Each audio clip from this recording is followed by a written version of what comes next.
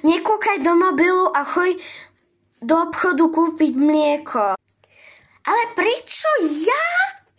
A nemôže ísť oco? No?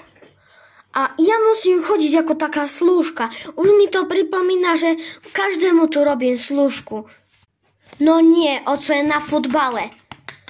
Ani tvoja sestra není doma, takže šmykaj do obchodu. No dobre, tak idem kúpiť mlieko.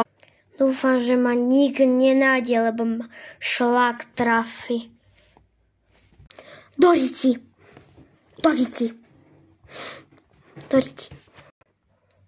Čau. Čo ty tu? Ja zdrám. Čau. Ja zdrám. Nezabudnite dať like a odber. Čaute.